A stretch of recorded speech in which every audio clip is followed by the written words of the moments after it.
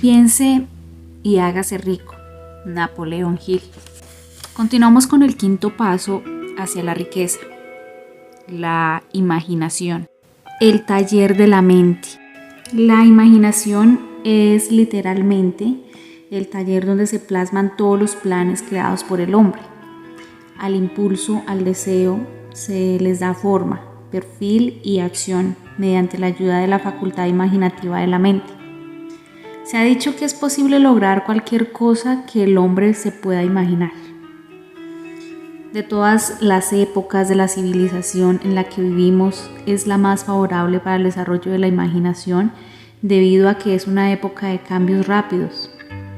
En todas partes podemos ponernos en contacto con estímulos que desarrollan la imaginación.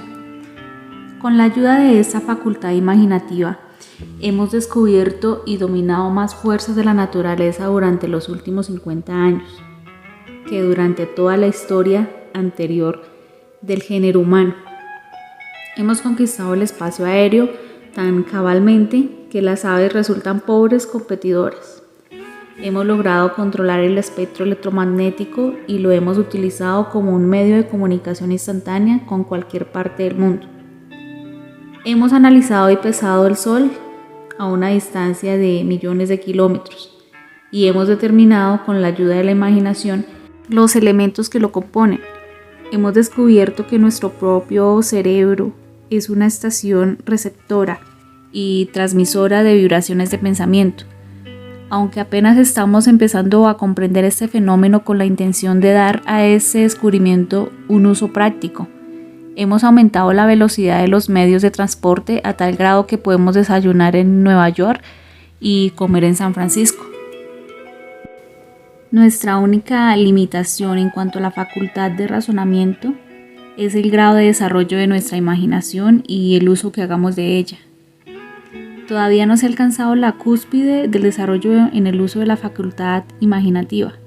Apenas hemos descubierto que la tenemos y hemos comenzado a usarla a un nivel muy elemental. Dos formas de imaginación. La facultad imaginativa funciona de dos maneras. Una se conoce como la imaginación sintética y la otra como la imaginación creativa. La imaginación sintética. Por medio de esta facultad uno puede compaginar viejos conceptos, ideas o planes haciendo nuevas combinaciones. Esta facultad no crea nada, simplemente funciona con el material de la experiencia, la educación y la observación con que se le alimenta. Es la facultad que más usa el inventor, con la excepción del que es un genio, que recurre a la imaginación creativa cuando no puede resolver su problema mediante la imaginación sintética. Imaginación creativa. A través de la facultad de la imaginación creativa, la mente finita del hombre tiene comunicación directa con la inteligencia infinita. Es la facultad mediante la cual se reciben las corazonadas y las inspiraciones. Es por medio de esta facultad que recibimos todas las ideas nuevas o básicas. Por medio de esta facultad, un individuo puede sintonizarse o comunicarse con el subconsciente de otras personas. La imaginación creativa funciona de forma automática. Esta facultad solo funciona cuando la mente consciente está trabajando a un nivel extremadamente alto de intensidad o energía. Por ejemplo, cuando lo que estimula la mente consciente es la emoción de un deseo poderoso. La imaginación creativa está más alerta, más receptiva a las influencias que provienen de las fuentes ya mencionadas, en proporción con el desarrollo que adquiere a través del uso. Esta afirmación es muy significativa. Reflexione usted sobre ella antes de seguir adelante. Al aplicar estos principios, recuerde que no es posible transmitir en un enunciado la totalidad del concepto de transformar el deseo en dinero. El concepto estará completo cuando la persona haya dominado, asimilado y empezado a utilizar todos los principios del éxito que se explican y que integran en este libro. Los grandes líderes de los negocios, la industria y las finanzas y los grandes artistas, músicos, poetas y escritores han alcanzado la grandeza porque han desarrollado la facultad de la imaginación creativa. Las facultades sintética y creativa de la imaginación se agudizan cada vez más por el uso, de la misma forma que cualquier músculo u órgano del cuerpo se desarrolla a través del uso. El deseo es solo un pensamiento, un impulso.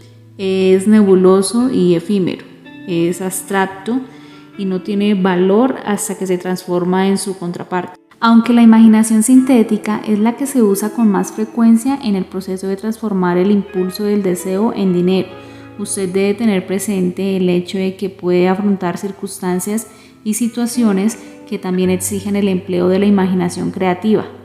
Es posible que su facultad imaginativa se haya debilitado a causa de la falta de actividad. Se le puede revivir y estimular mediante el uso. Esta facultad no muere, aunque puede llegar a la inactividad total por falta de uso.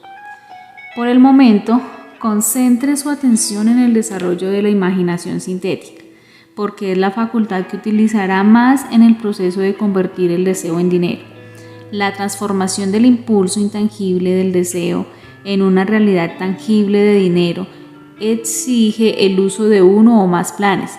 Este plan debe realizarse con la ayuda de la imaginación y sobre todo con la imaginación sintética. Lea todo el libro y luego regrese a este capítulo y empiece de inmediato a poner a trabajar la imaginación en la construcción de uno o más planes para transformar su deseo en dinero. Casi en cada capítulo se han dado instrucciones detalladas para elaborar estos planes. Siga las instrucciones que mejor se ajusten a sus necesidades. Ponga su plan por escrito si todavía no lo ha hecho. En el momento en que termine de hacerlo, habrá dado forma definitiva y concreta a un deseo intangible. Lea una vez más el enunciado anterior. Léalo en voz alta, muy lentamente, y a medida que lo hace, recuerde que en el momento en que ponga por escrito la afirmación de su deseo, usted de hecho ha dado el primero de una serie de pasos que le permitirán convertir ese pensamiento en su contraparte física. La tierra en la que usted vive, usted mismo y todas las otras cosas materiales son el resultado de un cambio evolutivo, mediante el cual las partículas microscópicas de la materia se han organizado y acomodado de una manera ordenada. Por otra parte, este planeta, cada una de los miles de millones de células individuales de su cuerpo y cada átomo de materia empiezan como una forma intangible de energía. El deseo es el impulso del pensamiento. Los impulsos del pensamiento son formas de energía. Cuando usted empieza a acumular dinero con un impulso de pensamiento, el deseo de acumular dinero o cualquier otra cosa que usted desee está poniendo a su servicio el mismo material que la naturaleza empleó para crear este planeta y todas las formas materiales del universo, incluyendo el cuerpo y el cerebro en donde actúan los impulsos del pensamiento. En la medida en que la ciencia lo ha podido determinar, todo el universo consta solo de dos elementos, materia y energía. Al combinar la energía y la materia, se ha creado todo lo que podemos percibir, desde la estrella más grande que flota en las alturas hasta nosotros. Ahora está usted inmerso en la tarea de tratar de beneficiarse del método de la naturaleza. Usted está intentando de adaptarse a las leyes de la naturaleza, esforzándose por convertir un deseo en su equivalente monetario o físico. Puede hacerlo, otros lo han hecho antes. Usted puede amasar la fortuna con la ayuda de leyes que son inmutables, pero primero debe familiarizarse con las leyes y aprender a usarlas. A través de la repetición y ofreciendo la descripción de estos principios desde todos los ángulos concebibles, tengo la esperanza de poder revelarle el secreto mediante el cual se han conseguido todas las grandes fortunas. Por extraño y paradójico que pueda parecer, el secreto no es tal. La propia naturaleza nos lo revela en la tierra donde vivimos, en las estrellas, en los planetas que podemos ver suspendidos en el firmamento, en los elementos que nos rodean, en todas las briznas de hierba y en todos los seres vivos que tenemos a la vista. La naturaleza nos muestra el secreto en el ámbito de la biología, en la forma en que una diminuta célula tan pequeña que podría perderse en la punta de un alfiler llegó a transformarse en un ser humano que está leyendo estas líneas. Convertir el deseo en su equivalente físico ciertamente no es más milagroso que eso.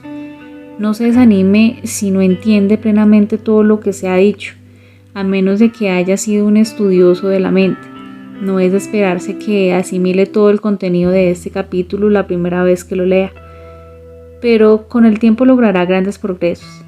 Los principios que se presentan a continuación le abrirán el camino hacia la comprensión de la imaginación. Asimile los que logre entender. A medida que lea la primera vez esta filosofía, luego cuando relea el texto y lo estudie de nuevo, descubrirá que ha pasado algo que clarifica las cosas y le da una comprensión más amplia de todo. Pero sobre todo, no se detenga ni dude de estudiar esos principios hasta que haya leído el libro al menos unas 3 veces, porque para entonces ya no querrá detenerse. ¿Cómo hacer uso práctico de la imaginación? Las ideas son los puntos iniciales de todas las fortunas. Las ideas son producto de la imaginación. Examinemos algunas ideas bien conocidas que han dado origen a fortunas inmensas, con la esperanza de que estos ejemplos transmitirán la información precisa relacionada con el método a través del cual se puede utilizar la imaginación para acumular riquezas. La tetera encantada. Hace 50 años, un viejo médico rural se fue a caballo hasta el pueblo. Ató su montura, entró sigilosamente en la farmacia por la puerta trasera y empezó a regatear con el joven dependiente. Su misión era generar gran riqueza para muchas personas. Estaba destinado a generar para el sur de Estados Unidos los beneficios más extraordinarios desde la guerra civil. Durante más de una hora, tras el mostrador, el anciano médico y el dependiente hablaron en voz baja. Después el médico salió. Fue hasta su carreta y regresó a la tienda con una gran tetera antigua y con una paleta de madera que se usaba para revolver el contenido de la tetera, y las dejó en la parte trasera de la tienda. El dependiente inspeccionó la tetera, buscó en su bolsillo interior, sacó un rollo de billetes y se lo entregó al médico. El rollo contenía exactamente $500, todos los ahorros del dependiente. El médico le dio un trocito de papel en el que aparecía escrita la fórmula secreta. Las palabras de aquel trozo de papel bien valían el rescate de un rey, pero no para el médico. Esas palabras mágicas eran necesarias para que la tetera empezara a hervir. Pero ni el médico ni el joven dependiente sabían las fortunas fabulosas que estaban destinadas a brotar de aquella tetera. El viejo médico estaba muy contento de vender esos objetos por $500. Con el dinero pagaría sus deudas y le proporcionaría tranquilidad. El dependiente se arriesgaba mucho apostando todos sus ahorros a un trocito de papel y a una tetera vieja. Nunca había soñado que su inversión comenzaría con una simple tetera que rebosaría de oro y que un día sobrepasaría el milagroso fenómeno de la lámpara de Aladino. Lo que el dependiente había comprado en realidad era una idea. La vieja tetera, la cuchara de madera y el mensaje secreto escrito en el trocito de papel eran cosas incidentales. Las extrañas cualidades de aquella tetera empezaron a manifestarse después de que su nuevo propietario mezclara, según las instrucciones secretas, un ingrediente sobre el cual el médico no sabía nada. Lea la historia con cuidado y póngale una prueba a su imaginación.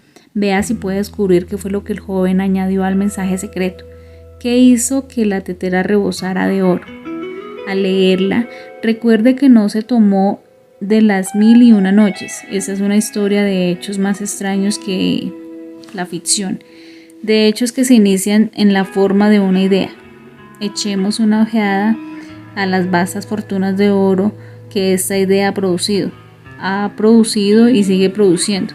Fortunas inmensas a hombres y mujeres alrededor del mundo que distribuyen el contenido de la tetera a millones de personas.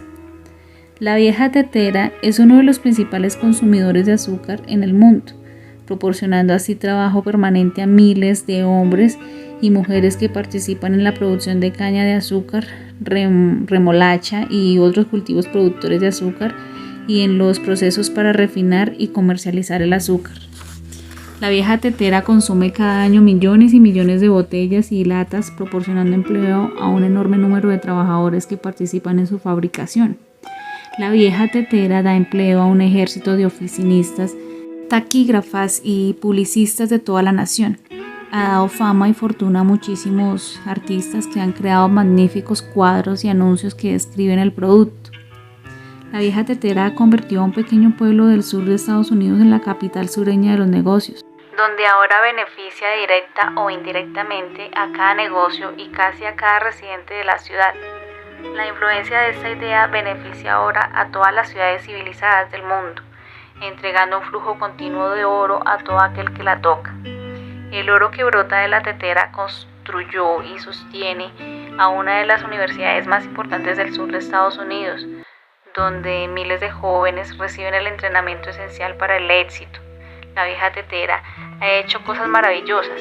Durante la depresión, cuando las fábricas, los bancos y los negocios estaban cerrando y miles de personas se daban por vencidas, el dueño de esta tetera encantada siguió adelante, ofreciendo empleo continuo a un ejército de hombres y mujeres del mundo y produciendo cantidades adicionales de oro para quienes hacía mucho tiempo habían tenido fe en la idea.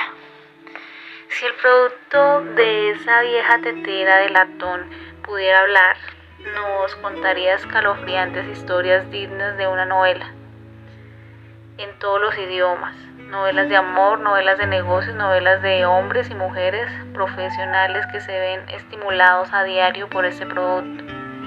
Yo estoy seguro al menos de una de esas novelas, pues fui parte de ella y todo empezó no muy lejos de donde el dependiente le compró al médico la vieja tetera. Allí fue donde conocí a mi esposa y ella me habló por primera vez de la tetera encantada. Era el producto de aquella tetera lo que estábamos bebiendo cuando le pedí que me aceptara, en lo próspero y en lo adverso. Sin importar quién sea usted, sin importar dónde viva y sin importar cuál sea su ocupación en el futuro, cada vez que vea las palabras Coca-Cola, recuerde que su vasto imperio de riqueza e influencia surgió de una sola idea y que el misterioso ingrediente que Asa Candler, el dependiente de la farmacia, mezcló con la fórmula secreta fue la imaginación.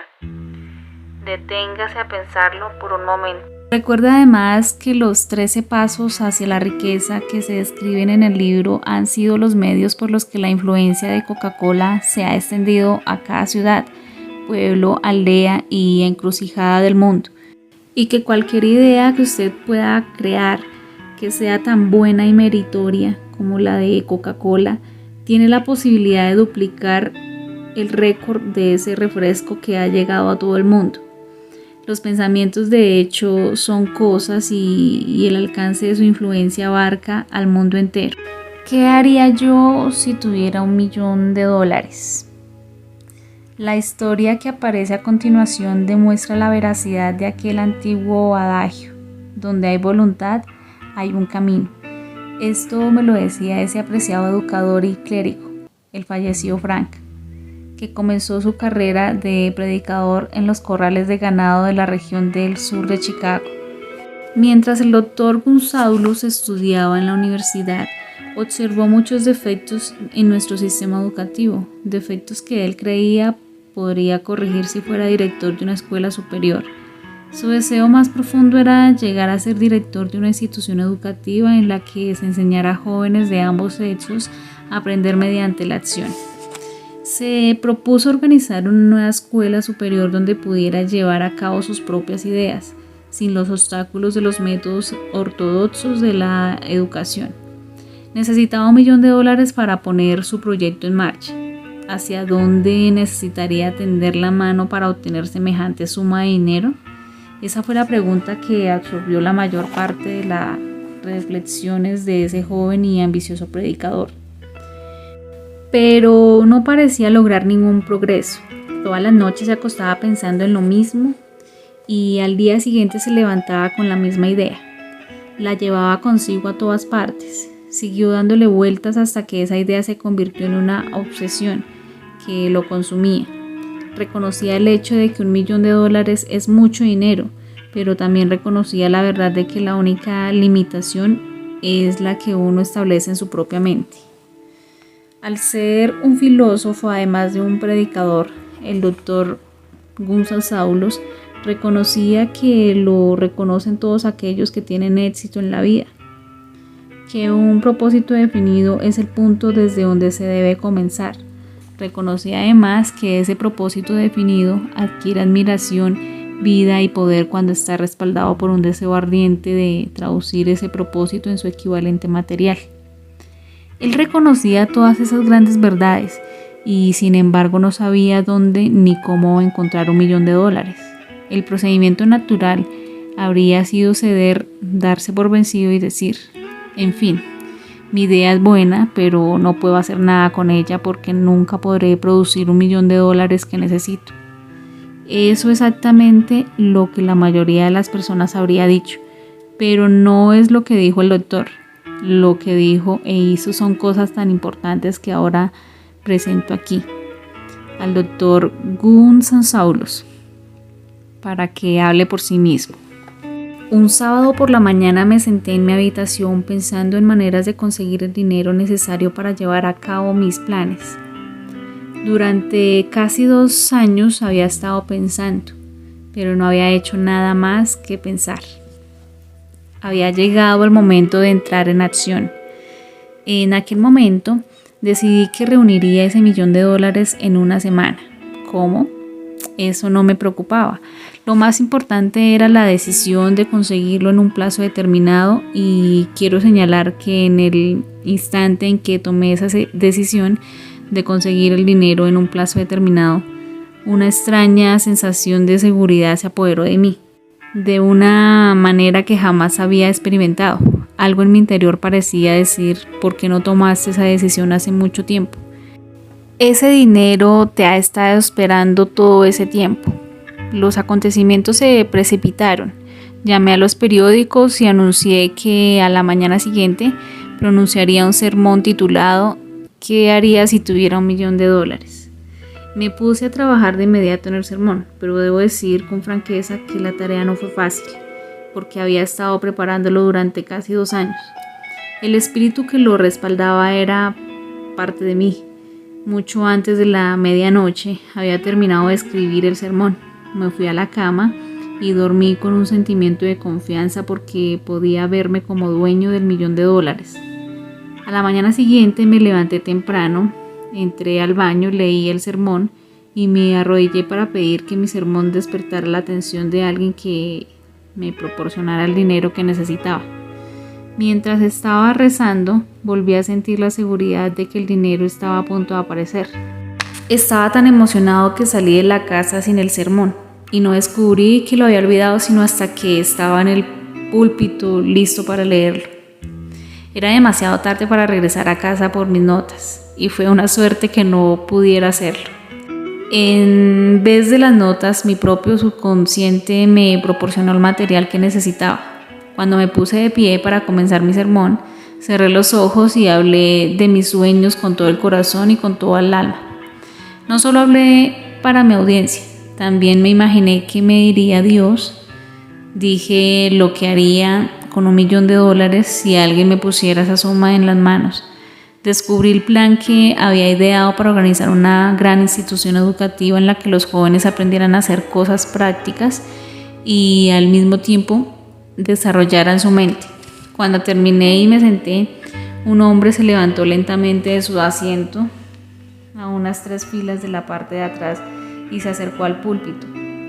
Yo me preguntaba qué pensaba hacer este hombre. Subió al púlpito, me tendió la mano y me dijo: Reverendo, me agradó su sermón. Creo que puede hacer todo lo que dijo que haría si tuviera $1.000.000.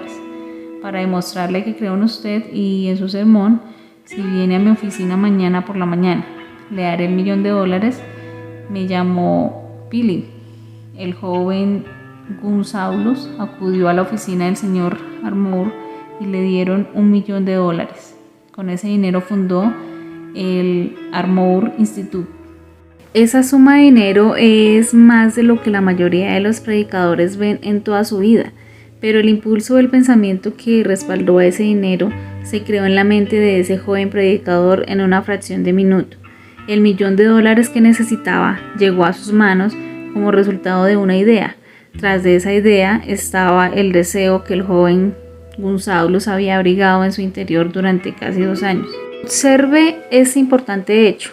Consiguió el dinero 36 horas después de haber tomado la decisión definitiva de obtenerlo y decidir un plan definitivo para ello. No había nada nuevo ni peculiar en la vaga idea del joven Gunsaulus sobre el $1.000.000 y en sus débiles deseos de conseguirlo.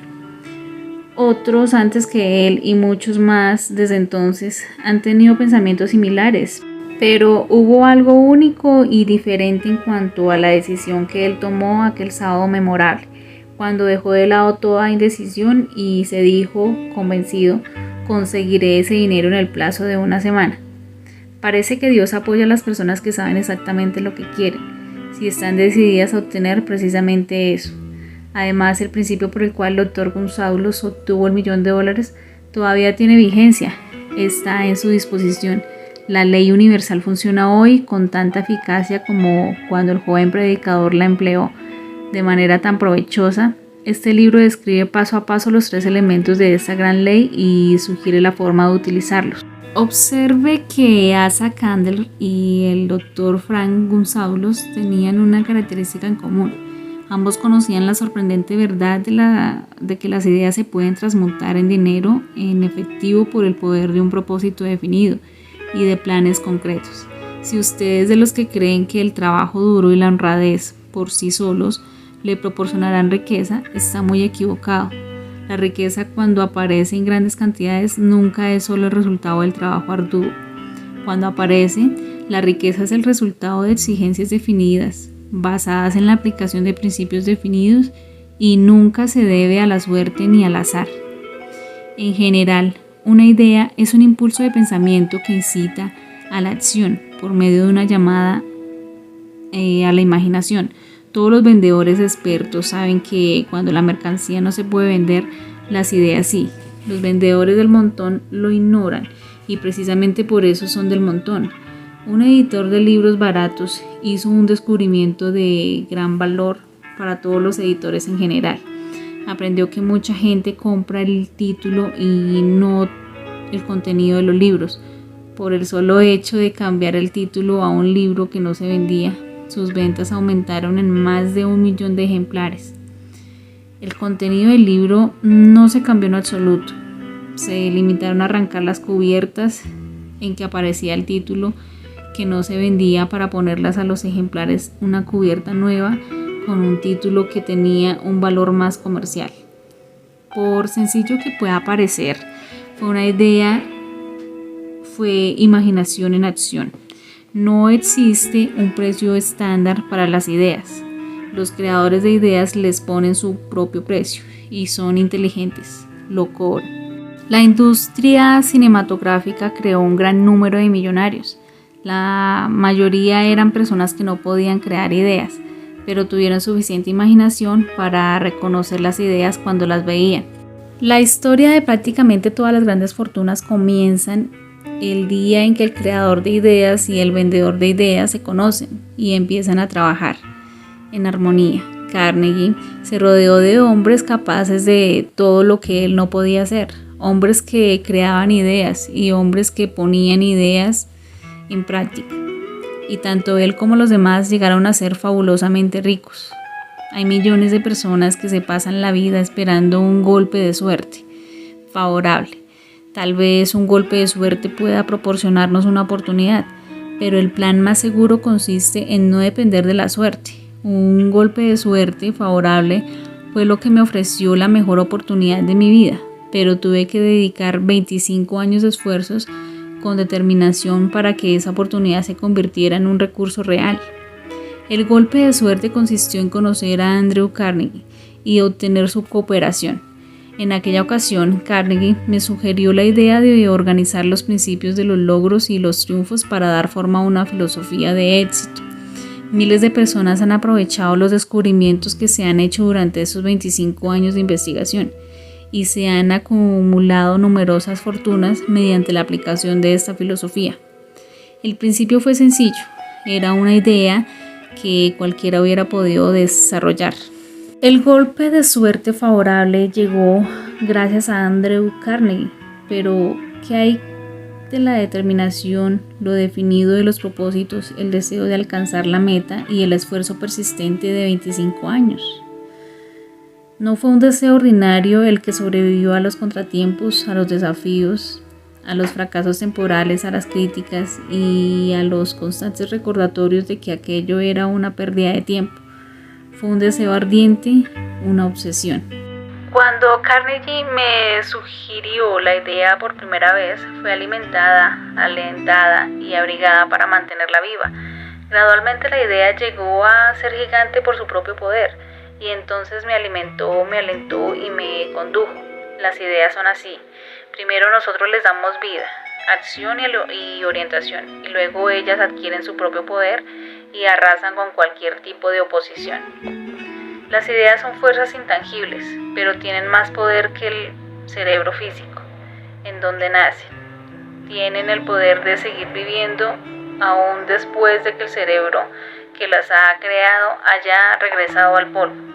Por ejemplo, pensemos en el poder del cristianismo. Empezó como una simple idea. Su principio básico fue: haz a otros lo que quisieras que otros se hicieran a ti.